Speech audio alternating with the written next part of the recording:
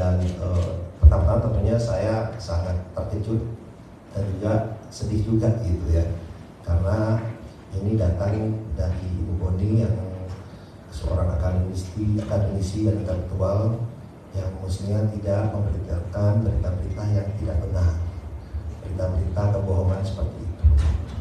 Kalau boleh saya cerita sedikit biar semuanya pada jelas ya, bahwa saya sebelumnya tidak pernah mengenal Bu Koni sebelumnya ya.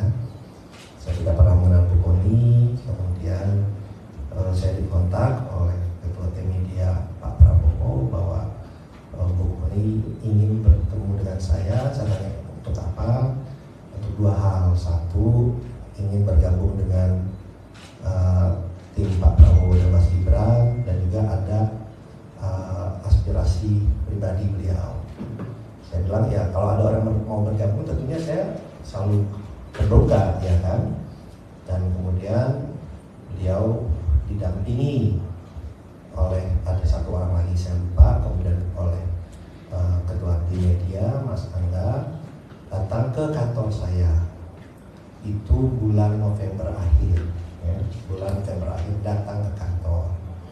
Kemudian beliau bilang apa yang disampaikan beliau ini, bahwa beliau memang ingin bergabung kepada tim PKN, ingin bergabung ya. Tentunya saya menyambut baik, tapi beliau juga menyampaikan bahwa beliau ini bingung juga karena selama ini sudah menjelek-jelekan Mas Gibran terutama ya, Pak Jokowi, tapi terutama Mas Gibran, dan banyak yang diucapkan oleh beliau yang mungkin saya tidak sampaikan di sini karena agak kasar ya mengucapkan mengenai Mas Gibran ya. Dan kemudian ini beliau saya bilang ya kalau mau bergabung ya udah Ibu deklarasi saja, kemudian bekerja yang baik untuk tim kami.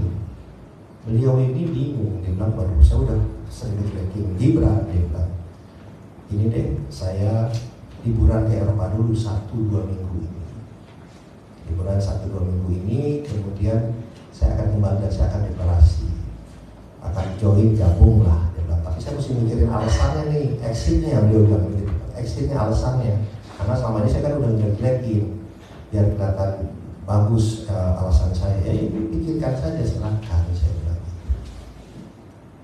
Dia bilang oke, dan beliau Ibu Koni juga mau ketemu Mas Gibran. Saya bilang ya kalau Ibu sudah menyatakan dukungan ya oke, nanti saya atur ketemu dengan Mas Gibran.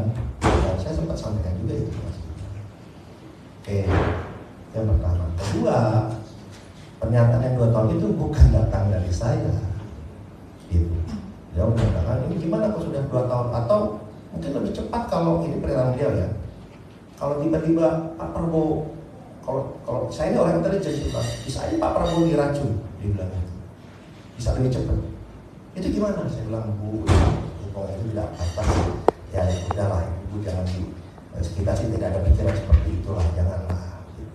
Ini pernyataan dia gitu, bukan pernyataan saya. Jadi saya kemudian